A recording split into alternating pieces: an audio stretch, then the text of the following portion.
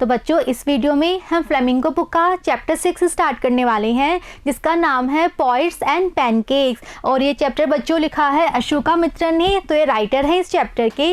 और इस चैप्टर में बच्चों हम राइटर के कुछ एक्सपीरियंस पढ़ेंगे जबकि वो जेमिनी स्टूडियो में काम किया करते थे। तो बच्चों जेमिनी स्टूडियो चेन्नई का, मद्रास का एक बहुत ही फेमस स्टूडियो था जहाँ मूवीज़ की शूटिंग हुआ करती थी। वहाँ पे खूब सारे राइटर्स काम किया करते थे जो कि स्टोरीज लिखा करते थे। और जो राइटर हैं अशोका मित्रन, ये भी किसी समय उस स्टूडियो में काम किया करते थे। तो जब ये वहाँ काम करते थे तो इन्होंने वहाँ क्या देखा, किस तरह का इनका वहाँ एक्सपीरियंस था, उसके बारे में हम इस चैप्टर में पढ़ेंगे। और जो बच्चों चैप्टर का नाम है पॉइट्स एंड पैनकेक्स, तो जो पॉइट्स है वो रिप्रेजेंट करता है वहाँ काम करने वाले सारे राइटर्स को, पॉइट्स को।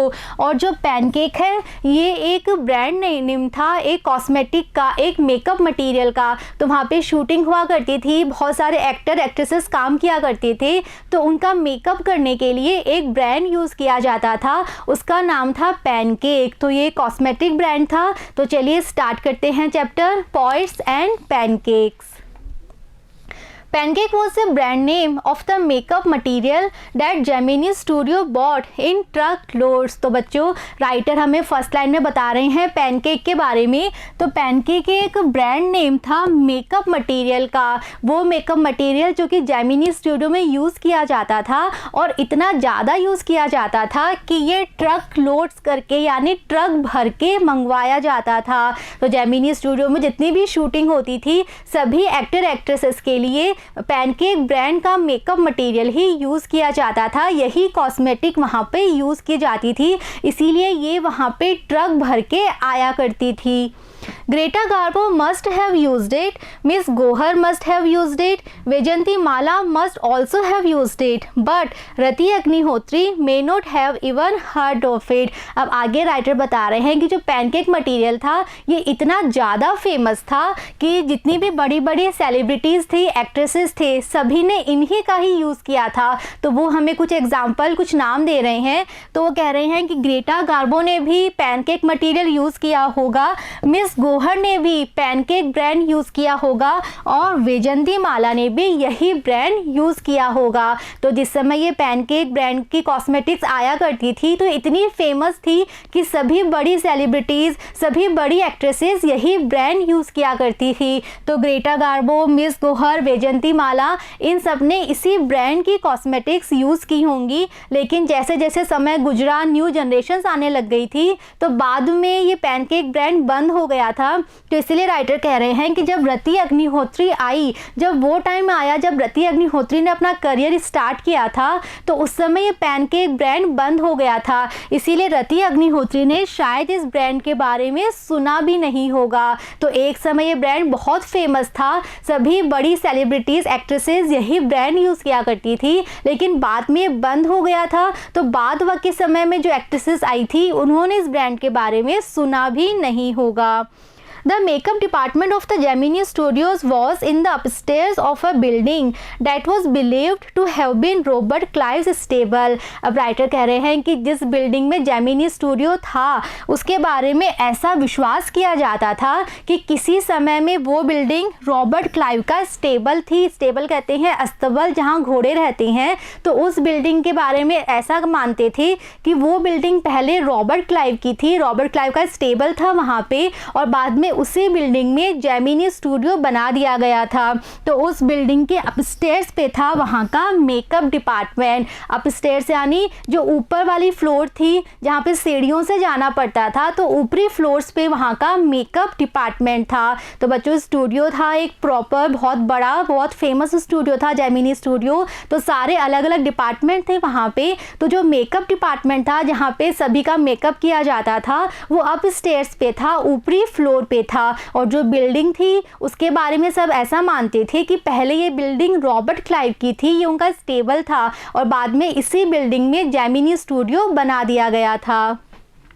a dozen other buildings in the city are said to have been his residence। तो अब राइटर हमें रॉबर्ट क्लाइव के बारे में बता रहे हैं। वो कह रहे हैं कि रॉबर्ट क्लाइव बहुत रिच व्यक्ति थे, तो ये बिल्डिंग तो उनका स्टेबल थी ही। इसके अलावा इस सिटी की, इस मद्रास सिटी की और भी बहुत सारी बिल्डिंग थी, लगभग 1 दर्जन और भी बिल्डिंग थी जो कि रॉबर्ट क्लाइव का रेजिडेंस थी, रॉबर्ट क्लाइव की प्रॉपर्टी थी जो रॉबर्ट क्लाइव को बिलोंग करती थी। तो बहुत ही रिच व्यक्ति थे, उनकी मद्रास में बहुत सारी प्रॉपर्टीज़ थी, बहुत सारी बिल्डिंग्स उनके नाम थी। For his brief life and an even briefer stay Madras, Robert Clive seems to have done a lot of moving. तो आगे राइटर कह रहे हैं कि जो रॉबर्ट क्लाइव की लाइफ थी वो काफ़ी ब्रीफ थी, काफ़ी छोटी थी, यानी कि उनकी बहुत ज़्यादा एज नहीं हुई थी, कम एज में ही उनकी डेथ हो गई थी। तो जो उनकी छोटी लाइफ थी और उस लाइफ से भी छोटा उनका स्टे था मद्रास में, यानी कि अपने लाइफ में जितने साल वो जिए पूरे साल वो मद्रास नहीं रहे, मद्रास वो बहुत कम समय के लिए रहे थे। तो उनका जो स्टे था मद्रास, जितने साल वो मद्रास रहे, Robert Clive seems to have done a lot of moving. तो उस ब्रीफर टाइम में भी, उस छोटे से टाइम में भी रॉबर्ट क्लाइव ने बहुत सारी मूविंग की थी। और क्या क्या किया था? Besides fighting some impossible battles in remote corners of India. इसके अलावा उन्होंने इंडिया के कुछ रिमोट कॉर्नर्स, रिमोट कहते हैं जो बिल्कुल दूर पिछड़े इलाके होते हैं, तो इंडिया के जो बहुत दूर सुदूर पिछड़े इलाके थे वहाँ जाके उन्होंने कुछ बैटल्स, कुछ लड़ाइयाँ लड़ी थी जो कि बिल्कुल इम्पॉसिबल लगा करती थी, ऐसी लड़ाइयाँ भी उन्होंने लड़ी थी। एंड मैरिंग ए मेडन, इसके अलावा उन्होंने एक मेडन यानी एक यंग गर्ल से शादी भी की थी। In Saint Mary's church in Fort Saint George in Madras, और कहाँ पे की थी? मद्रास के ही सेंट मैरी चर्च में, जो कि कहाँ था? फोर्ट सेंट जॉर्ज में। तो उन्होंने ये सारे काम किए थे अपनी ब्रीफ लाइफ में, और मद्रास में जो उनका इवन ब्रीफर स्टे था उसमें उन्होंने वहाँ शादी भी की और कुछ लड़ाइयाँ भी लड़ी और इतनी सारी प्रॉपर्टीज़ उन्होंने वहाँ पे अपनी बना ली थी। The makeup room had the look of a hair cutting saloon with lights at all angles around half a dozen large mirrors। अब जो राइटर हैं वो फिर से हमें मेकअप डिपार्टमेंट के बारे में बता रहे हैं। वो कह रहे हैं कि जो जेमिनी स्टूडियो का मेकअप डिपार्टमेंट था वो कैसा लगा करता था? एक हेयर कटिंग सलून जैसा लगा करता था। तो जैसा एक हेयर कटिंग सलून का लुक होता है बिल्कुल वैसा ही लुक था मेकअप डिपार्टमेंट का। और क्या था वहाँ पे हाफ ए डजन यानी कि लगभग 6-7 बड़े बड़े मिरर थे, शीशे लगे हुए थे, और उन शीशों के सारे एंगल्स पे, सारे कॉर्नर्स पे बहुत सारी लाइट्स लगी हुई थी। तो मेकअप अच्छे से दिखे, अच्छे से कर पाए मेकअप, इसके लिए बहुत सारे मिरर्स थे और उन मिरर्स पे बहुत सारी लाइट्स लगी हुई थी हर एक एंगल पे, ताकि लाइट का रिफ्लेक्शन अच्छे से फेस पर आए और मेकअप मैन को बहुत आसानी हो मेकअप करने के लिए। और पूरा जो मेकअप डिपार्टमेंट का रूम था वो कैसा लगता था? बिल्कुल एक हेयर कटिंग सलून जैसा वो लगा करता था। दे वर ऑल इनकैंडेसेंट लाइट्स, और जितनी भी लाइट्स वहाँ पे लगी हुई थी मिरर पे वो बहुत ज़्यादा इनकैंडेसेंट थी, यानी बहुत तेज़ रोशनी वाली वो लाइट्स थी। तो इस तरह के बच्चों जो बल्ब होते हैं जो कि बहुत तेज़ लाइट देते हैं, तो इस तरह की लाइट्स वहाँ पे लगी हुई थी। So you can imagine the fiery misery of those subjected to makeup. तो राइटर कह रहे हैं कि आप सब इमेजिन कर सकते हैं, कल्पना कर सकते हैं कि वे लोग जो कि सब्जेक्टेड टू मेकअप यानी जिनका मेकअप किया जाना था वो कितनी फायरी मिजरी फील करते होंगे। यानी कि जब वो वहाँ पे बैठ के अपना मेकअप करवा रहे हैं और इतनी सारी लाइट्स वहाँ पे जल रही है और उनके फेस पे इतनी ज़्यादा हीट आ रही है उन लाइट्स की वजह से, तो आप फील कर सकते हैं कि वो कैसा महसूस करते थे, कैसी मिजरी कहते हैं दुख या दर्द, और फायरी यानी आग वाली मतलब हीट, तो उनके फेस पे कितनी हीट आती होगी, वो कैसे आप फील करते होंगे, ये आप इमेजिन कर सकते हैं। The makeup department was first headed by a Bengali who became too big for a studio and left. आगे राइटर कह रहे हैं कि जो मेकअप डिपार्टमेंट था, इसके जो हेड थे वो पहले एक बंगाली थे, यानी कि पहले इसके हेड एक बंगाली थे, लेकिन बाद में वो कुछ ज़्यादा ही बड़े हो गए थे। और यहाँ पे बड़े का मतलब है उनका नेम और फेम काफ़ी बड़ा हो गया था, वो काफ़ी फेमस हो गए थे, और फिर उन्होंने एक दिन स्टूडियो छोड़ दिया और यहाँ से चले गए। तो मेकअप डिपार्टमेंट के जो हेड थे वो पहले कोई बंगाली हुआ करते थे, लेकिन वो बहुत फेमस हो गए थे, उनका नाम बहुत बड़ा हो गया था, और फिर उन्होंने स्टूडियो छोड़ दिया और फिर यहाँ से वो चले गए। He was succeeded by a Maharashtrian. तो जब वो चले गए, जो बंगाली थे वो चले गए, तो उनके बाद में सक्सीडेड यानी उनके जो वारिस थे वो कौन बने, एक महाराष्ट्रियन बने। वारिस का मतलब पहले वो हेड थे, लेकिन उनकी पोजीशन उनके बाद किसको मिली, एक महाराष्ट्रियन व्यक्ति को मिली। Who was assisted, तो हेड जो था वो तो एक था, एक महाराष्ट्रियन व्यक्ति था, लेकिन उसकी एक बहुत बड़ी टीम थी उसके असिस्टेंट की, तो उसको असिस्ट किया जाता था, उसके बहुत सारे हेल्पर थे, और उनमें कौन कौन थे, a Dharwad Kannadiga and Andhra, a Madras Indian Christian and Anglo Burmese and the usual local Tamils. तो जो पहले हेड था वो बंगाली था, उनके जाने के बाद जो हेड बना वो एक महाराष्ट्रियन था, और जो उसकी असिस्टेंट की टीम थी उस टीम में एक धारवाड़ कन्नडिका था, एक आंध्रा का रहने वाला था, एक मद्रास का रहने वाला इंडियन क्रिश्चियन था, एक एंग्लो बर्मिस था, और इसके अलावा जो लोकल तमिल के लोग थे, जो लोकल मद्रास के लोग थे, वे सभी उसकी टीम में शामिल थे। तो इस तरह से मेकअप डिपार्टमेंट की पूरी टीम बनी हुई थी। All this shows that there was a great deal of national integration long before AIR and Doordarshan began broadcasting programs on national integration। तो राइटर कह रहे हैं कि वहाँ का जो मेकअप डिपार्टमेंट था उसको देख के ऐसा लगा करता था कि वहाँ पर एक नेशनल इंटीग्रेशन का सीन था। इंटीग्रेशन कहते हैं एकीकरण, एकता। तो ऐसा लगा करता था कि एक राष्ट्रीय एकता, राष्ट्रीय एकीकरण वहाँ पे देखने को मिलता था बहुत समय पहले, जैसे जबकि AIR यानी ऑल इंडिया रेडियो और जो दूरदर्शन था उसने ब्रॉडकास्ट किए थे, प्रसारित किए थे, यानी कि रेडियो पे और दूरदर्शन पे ऐसे प्रोग्राम प्रसारित किए जाते थे जो कि राष्ट्रीय एकता का संदेश देते थे। लेकिन वो प्रोग्राम प्रसारित होने के बहुत समय पहले जेमिनी स्टूडियो में ये राष्ट्रीय एकता हम देख सकते थे। तो बच्चों, इस तरह के राष्ट्रीय एकता के प्रोग्राम, मैसेजेस आया करते थे दूरदर्शन पे और रेडियो पे, जहाँ पे कहा जाता था कि हर धर्म, हर जाति के लोग जो हैं वो एकता में बंधे हुए हैं। लेकिन ये मैसेज आने के बहुत समय पहले से ही जेमिनी स्टूडियो में हम ये राष्ट्रीय एकता देख सकते थे, जहाँ पे पहले एक बंगाली हेड थे, बाद में एक महाराष्ट्रियन हेड बन गए, और उनकी टीम में अलग अलग धर्म, अलग अलग जाति के लोग थे, जिसमें कन्नडिका भी था, आंध्रा भी था, मद्रास का इंडियन क्रिश्चियन भी था, एंग्लो बर्मीज भी था और तमिल्स भी था। तो एक पूरा राष्ट्रीय एकीकरण का सीन हम वहाँ का मेकअप डिपार्टमेंट में देख सकते थे।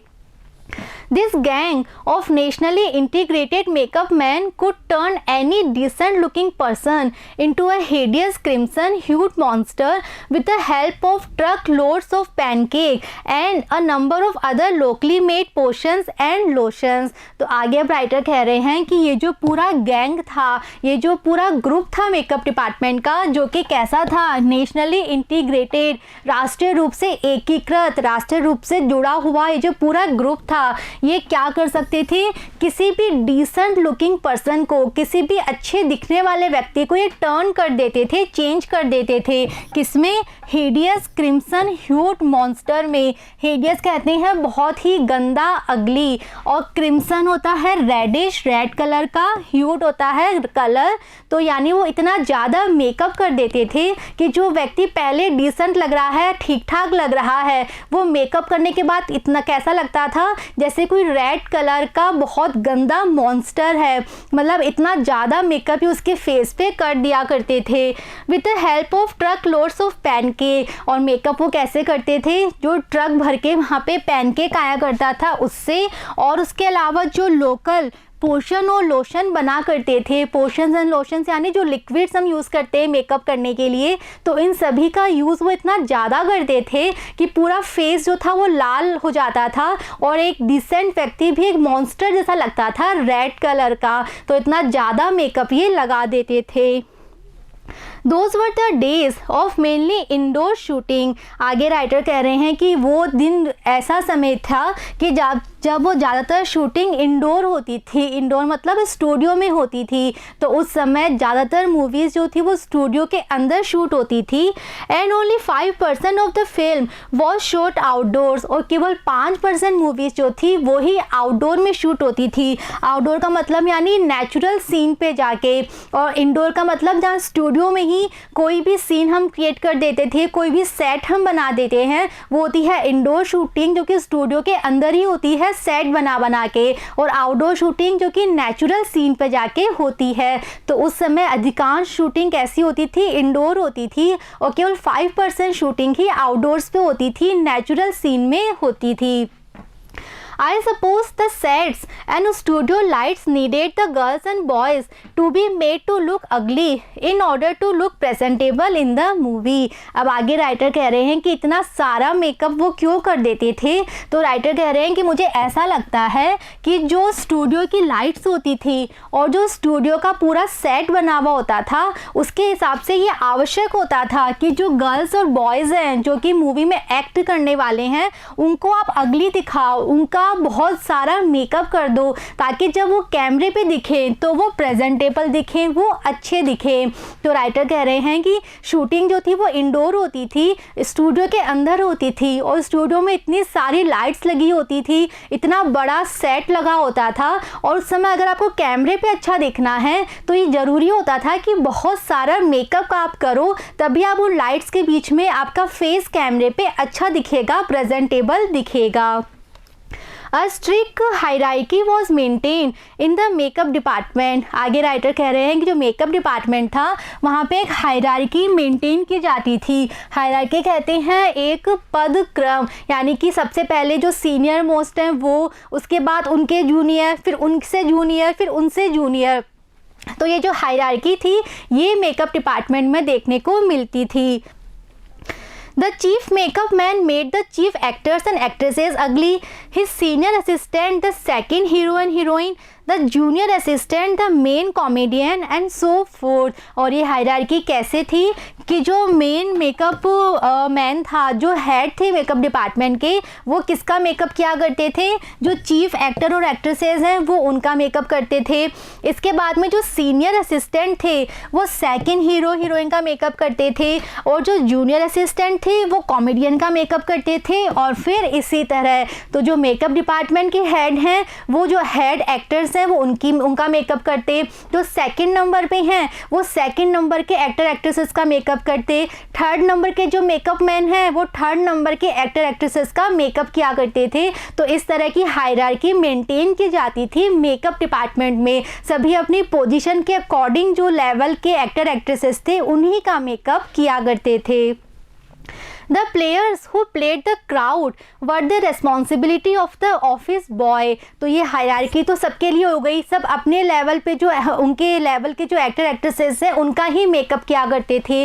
लेकिन जब क्राउड शूटिंग होती थी, यानी कि मूवी में कोई ऐसा सीन आ गया जहाँ पे हमें भीड़ दिखानी है, बहुत सारे लोग एक साथ दिखाने हैं, तो उनका मेकअप कैसे होगा। तो उनका मेकअप करने की रेस्पॉन्सिबिलिटी किसकी थी, ऑफिस बॉय की थी। तो वहाँ पे एक ऑफिस बॉय भी हुआ करता था, तो वो मेकअप किया करता था उन सभी प्लेयर्स का जो कि क्राउड का रोल प्ले करते थे। Even the makeup department of the Gemini studio had an office boy. तो राइटर अपनी बात में ऐड कर रहे हैं कि जेमिनी स्टूडियो के मेकअप डिपार्टमेंट में एक ऑफिस बॉय भी था। तो ऑफिस बॉय होना बहुत बड़ी बात थी उस समय। तो जेमिनी स्टूडियो इतना बड़ा स्टूडियो था कि उसके मेकअप डिपार्टमेंट में एक ऑफिस बॉय भी हुआ करता था, और उस ऑफिस बॉय का काम था क्राउड शूटिंग करने वाले प्लेयर्स का मेकअप करना।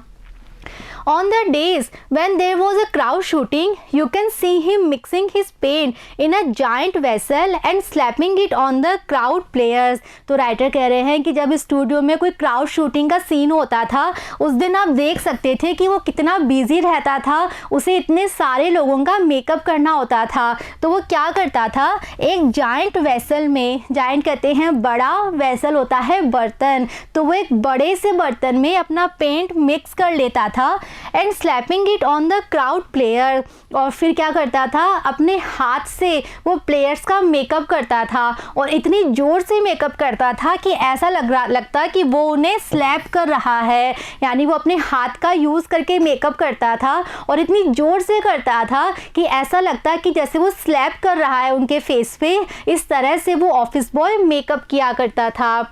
The idea was to close every pore on the surface of the face in the process of applying makeup। और मेकअप करने के पीछे जो आइडिया था वो क्या था कि मेकअप करते समय आप फेस के सरफेस, यानी फेस की जो स्किन है उस स्किन पे जितने भी पोर हैं, पोर कहते हैं छोटे छोटे जो छेद होते हैं, तो उन सभी छेद को आप कवर कर दो, भर दो मेकअप करने की प्रोसेस में। तो मेकअप करने के पीछे आइडिया क्या था कि आप इतना मेकअप लगाओ कि फेस का every pore, every single pore जो है वो कवर हो जाए। He wasn't exactly a boy, He was in his early 40s, having entered the studios years ago in the hope of becoming a star actor। आगे writer कह रहे हैं कि जो ऑफिस बॉय था ये एक्चुअल में एक बॉय नहीं था, यानी ऑफिस बॉय तो उसकी पोजीशन का नाम था, लेकिन एक्चुअल में वो एक बॉय नहीं था, उसकी एज कुछ ज़्यादा थी, वो अपने 40s में था, यानी वो 40 प्लस उसकी एज थी, एक्चुअल में वो एक बॉय जितना यंग नहीं था। Having entered the studios years ago, और बहुत सालों पहले वो जेमिनी स्टूडियो में आया था in the hope of becoming a star actor। और वो क्यों आया था, वो एक्टिंग करता था और उसका सपना था कि वो एक दिन बहुत बड़ा स्टार एक्टर बन जाएगा, और टॉप स्क्रीन राइटर, या फिर उसका सपना था वो स्क्रीन राइटर बन जाएगा, डायरेक्टर या फिर डायरेक्टर बन जाए, और लिरिक्स राइटर या फिर एक लिरिक्स राइटर बन जाए, एक राइटर जो कि सॉन्ग्स लिखा करता है वो बन जाए। He was a bit of A poet, और वो थोड़ी बहुत पोइट्री भी कर लिया करता था, तो वो बहुत टैलेंटेड था, उसे एक्टिंग भी आती थी, वो पोइट भी था और वो लिरिक्स भी लिख लेता था, डायरेक्शन भी कर लेता था, स्क्रीन राइटिंग का काम भी कर लेता था। तो उसका सपना था जब वो स्टूडियो में आया था कि वो कोई भी काम कर लेगा, लेकिन एक दिन वो बहुत बड़ा स्टार बन जाएगा, लेकिन वो ऐसा कुछ नहीं कर पाया और वो जेमिनी स्टूडियो के मेकअप डिपार्टमेंट का एक ऑफिस बॉय बन के रह गया, जिसका काम क्या था, क्राउड शूटिंग करने वाले प्लेयर्स का मेकअप करना। तो बच्चों आगे राइटर हमें जेमिनी स्टूडियो के बारे में और क्या बताएंगे हम पढ़ेंगे नेक्स्ट वीडियो में। See you in the next video. Thank you.